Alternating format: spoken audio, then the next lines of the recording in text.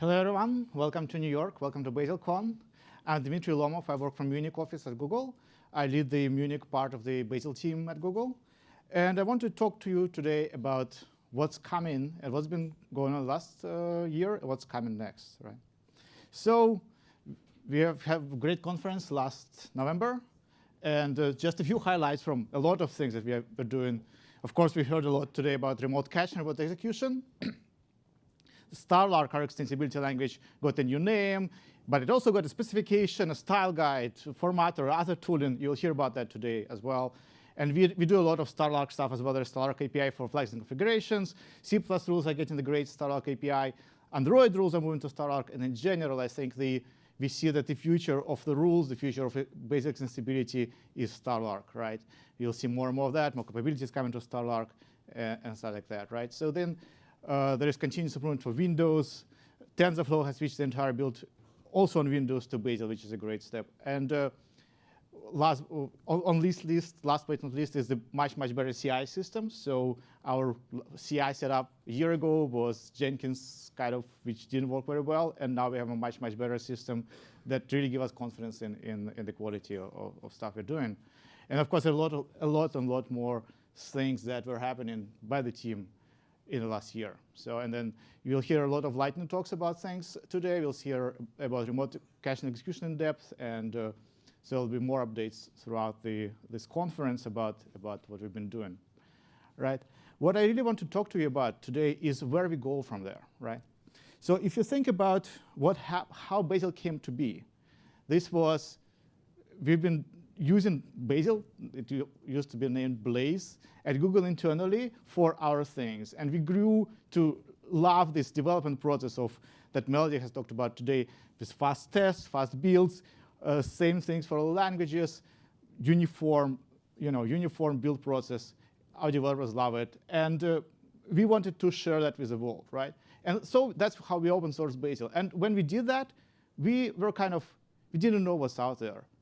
We just gave what we had to people out there. And that was a big experiment. We wanted to see how it works. We wanted to see what will you do with it, what's good, what's working, what's not, right? And over the last year, I think one thing that kind of happened in the team as well was that we took stock of what worked, what not, what lessons we learned, and where we want to move forward. And I think going forward, we're trying to consolidate that and make sure we have something that works for people, right? So one thing we did formulate over the last year as well was the vision of Bazel. What world we want to enable with Bazel being out there, right? And then that's kind of the world we have at Google, scaled up to sort of entire world, if you will, right? And there are three key things that we have. It's build fundamentals that you have for granted. You can build and test stuff, right? And that's of course, the most important thing. But then uniformity of the language, uniformity of the build system means that everybody can contribute to any project and set it up easily. You git clone, you Bazel build /.. and then you get your system up and running. That's the vision we have. And of course, this works for projects of any size team and any size code base, right? So we need to scale. This is the world we want to have, the world where you can go to GitHub, get any project, use Bazel to build it, and then get it up and running and start contributing, right? And this is the vision. But thinking about what kind of features Bazel provide, we see these core competencies as the most important part. So Bazel needs to be multi-language, support multi-platform builds. It has to be fast and correct, so incrementality, hermeticity, the reproducibility guarantees Bazel needs to have.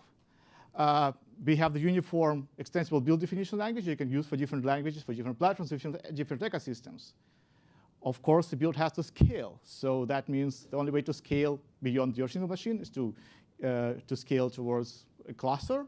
And that means remote execution and remote builds. So remote builds and remote execution are a huge, important part of this whole story. And then the next step, that's something that we actually learned over time, is the gradual adoption piece. We recognize that. So you have your project, and you convert your project to Bazel. It might take a while. But if besides that, you also face the need to convert your entire set of dependencies, your entire world to Bazel as well, that's not a great story. So we try to enable this gradual adoption place with things like CMake external rules and other things that we're going to talk about during the conference as well. And of course, it needs to work on all platforms. Google internally is all Linux, mostly, right? But then, of course, what out there is macOS and Windows, FreeBSD, other operating systems. So Bazel needs to work there as well.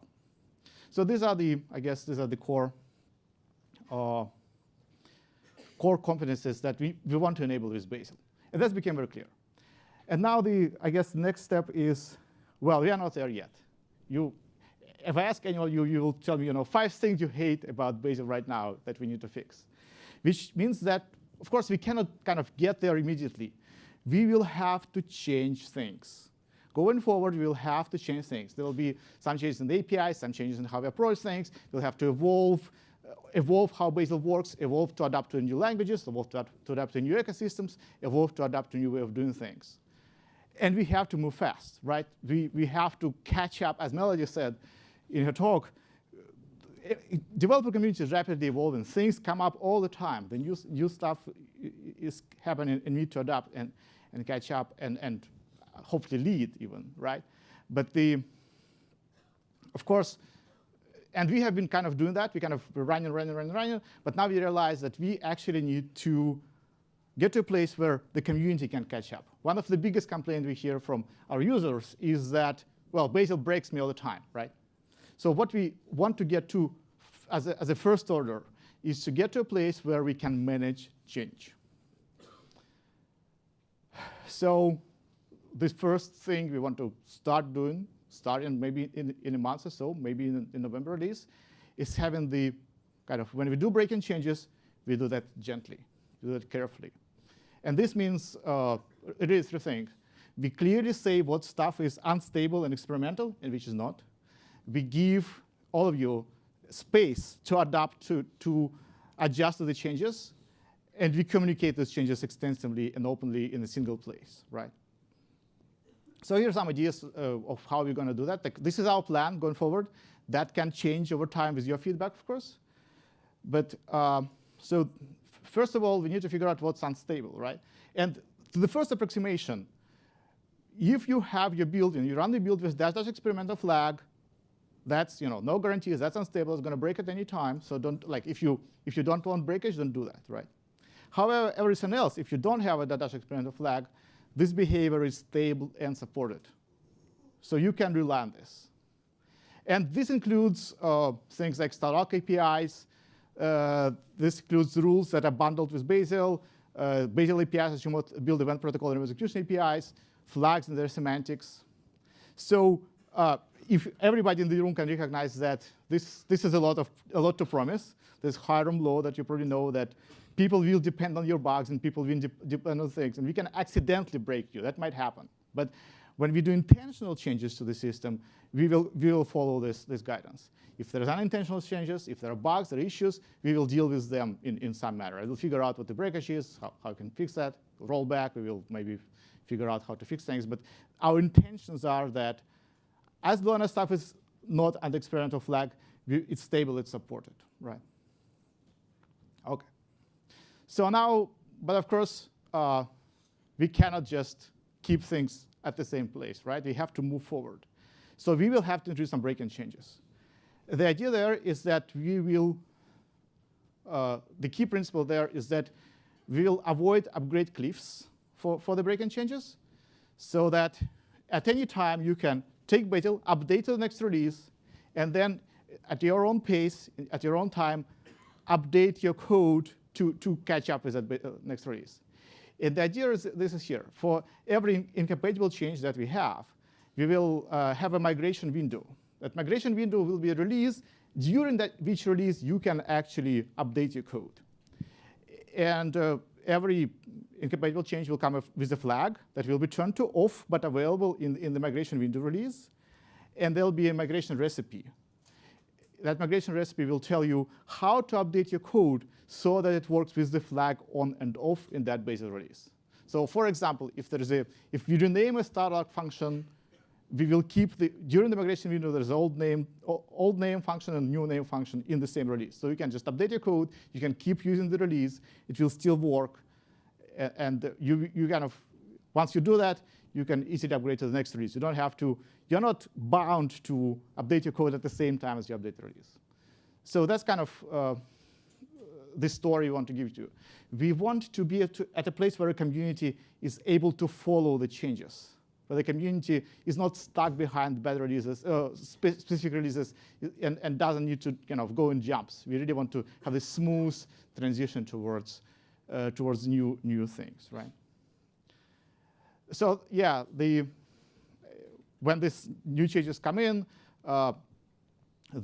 what you should do is you update Bazel, you go through your code, apply the migration recipes. You can validate that with that release as well using the incompatible change flags, turn to on. If it's turned to on, it passes, it should work on the next release.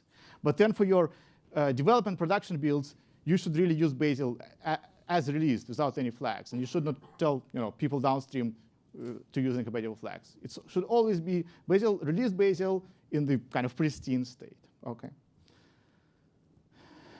And then, of course, we will communicate those changes profusely.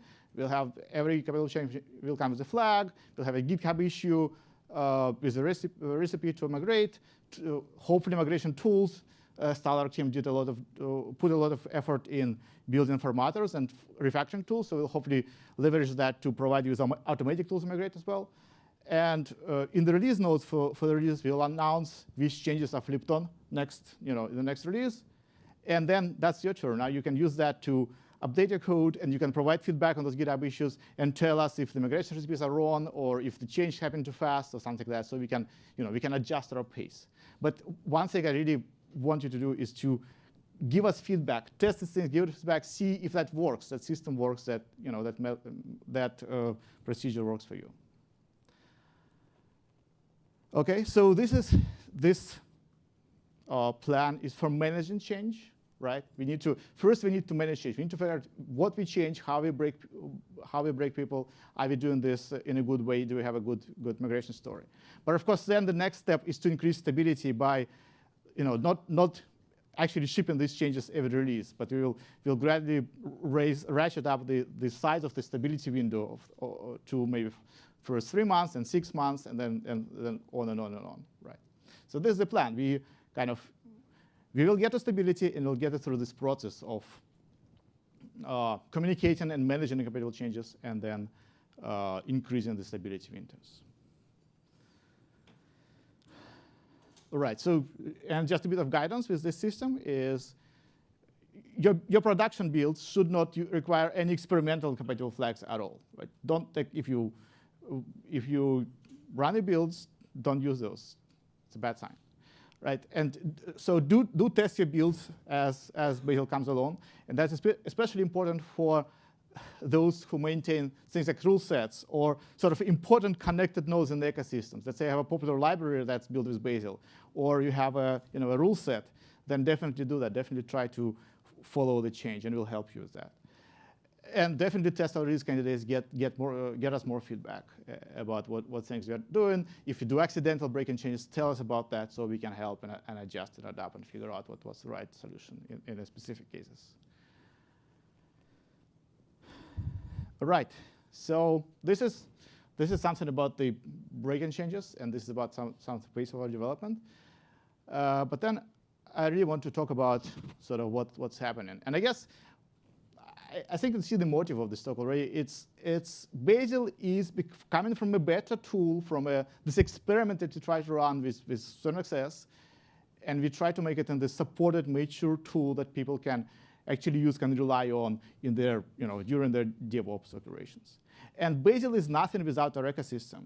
We cannot possibly provide all the support for all the language on the planet, for all the ecosystems, all the development environments, all the things people are doing. You're a very diverse audience, and without people like Itai and other folks and Vix who are doing rule Scala and other examples like that, we cannot really push this forward. We cannot deliver this value. So Bazel vision is impossible without ecosystem around Bazel, which means that once Bazel matures, Bazel ecosystems needs to mature too. Again, remember now our core competencies is multi-language, multi-platform. That's a part where the ecosystem comes in, right? and we can use Starlark, our uniform accessible language, to provide that value. But then, of course, for every ecosystem, there should be a rule set. And that rule set needs to support something. So it needs to be well supported, and it needs to have properties that enable this vision for this particular ecosystem. So if you kind of look at what are the requirements on the good rule set, we summarize that in this like 6 points. So it definitely should support built-in tests for that. It should support stuff like package managers, so you can import your third-party dependencies.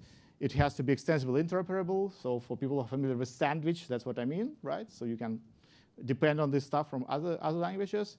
It has to be remote execution ready, which means toolchain configurability. There should be some IDE support if possible. And of course, there should be some engineering practice around rule set. It shouldn't be just, here's a bunch of code on GitHub. It's there, and nobody maintains that. There should be some sort of ownership, some sort of there should be continuous integration. It should be updated, and so on and so forth. So what we came up with, and basically, like I said, Bazel as a product, Bazel as a thing that people can actually use, is nothing without rule sets. And the way we want to, but of course, we cannot own all the rule sets. So what we want to have is a notion of this recommended rule set, a rule set for which we have clear owners, and for which Bazel team can say, all right, for this ecosystem, we have a rule set that people can actually rely on, right?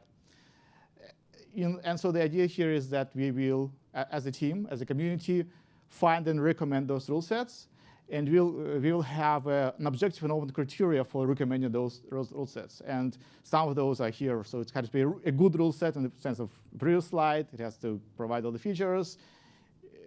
I think more importantly, it has to be documented and tested and follow the best practices. And it has to be maintained. There has to be an ownership behind this. Somebody who's willing to maintain that rule set, fix bugs, adjust to changes, and so on and so forth. Right? And of course, Bazel team, in terms of Google standing behind Bazel, will provide resources to the maintainers of those rule sets, such as CI, continuous integration support. We will promote on GitHub or Bazel build. We will advertise your rule set. So this kind of stuff will happen. So I see this as sort of a kind of a partnership that we'll have with those people who maintain those rule sets, right? Yeah. So this is the future as we see it, where we will have stable support Bazel and an ecosystem with clear rules about what's good, what's not so good, and sort of what's experimental, what's not experimental, what's stable, what's recommended. And we'll work over the next few months in getting those rules right, but that's the direction we want to go, right? OK, so let's talk about Bazel 1.0. The Bazel 1.0 is really some sort of a place where I would even say we finish one phase of our life cycle as a product. We'll get to another place. And this new place will be we have to be stable. We have to make sure that we don't break our rules all the time. But we also need to kind of fulfill there is certain value behind Bazel. It needs to deliver that value for a selected set of ecosystems. We can't deliver that value for the whole world. That's impossible. But we need to focus. We need to find, OK, here's the things where Bazel can really shine. And we can focus on those, right? So Bazel 1.0 is stable Bazel with good rule sets for some ecosystems, right? And we as a team will probably put our weight behind some of those. But of course, we welcome your cooperation with with other things that you want to be a part of that thing. OK, so now I'm going to show a slide. That slide has a list. I'm very hesitant to show it because the lists are always stuck in your mind, right? And then you are, this list. So here is a list of things that we think that are committed, that we know there's a team behind, there are people committed to actually make it to Bazel 1.0. So that's kind of server-side Java, C++, Angular support, of which you'll hear in the next talk from Alex, and Android, right? This is not the final list. Definitely, we can add more rules here. And as we develop this criteria for recommended rule sets, it's just about making the date pretty much, right? But basically, these are the ones we already have, and we might have more, right? And yeah, everybody on a date, we will commit to a date soon. We are very, very sure. So, it looks like you people are software engineers, right? You know what it is. But here's the thing: we as a team, we need to find out the right pace, to find out the right roadmaps. And one part of that is feedback from this conference. If you guys tell me, wow, rules Python is so important, and we can try to kind of get this community around them, and so maybe we can kind of adjust the date a little bit or see something. But basically, one reason why we commit to a date soon is here instead of a date is because we want to hear feedback from you. All right, and then I want to leave you with this. It's a phase transition. We are starting a phase transition. We do not intend it to be long. It is not years and years. It's months. It's maybe several months, right? And Bazel needs to grow up, needs to become dependable and reliable. Just like it's this teenager thing, right? Before we were brilliant, but we were not reliable. We had mood swings. We have issues, and now we have to grow out of that. We have to continue being brilliant, try to get even more brilliant, but still we need to become dependable and reliable. I see this and not the features as our primary goal for the next few months, right? And then once we get there, once we get to dependable, reliable state, we will consider other stuff, right? So for example, we hear so much about, say, build file generation support, kind of integrated into Bazel, about all the compilers that keep state, this kind of things, which are interesting projects, which we will maybe work on in experimental mode, but they will probably not be a part of Bazel 1.0, right? So, but again, Bazel team will try to make it so. We'll try to become. We are going to grow up. We're going to be better at that, and we need your help with that as well. All people in this room are part of our Bazel ecosystem. Help us with adapting to change. Help us with providing feedback. Help us with testing our release candidates. Help us with updating the rules. Help us by being good citizens in the rule ecosystem. Yes. So with that, thank you very much for coming here, and welcome.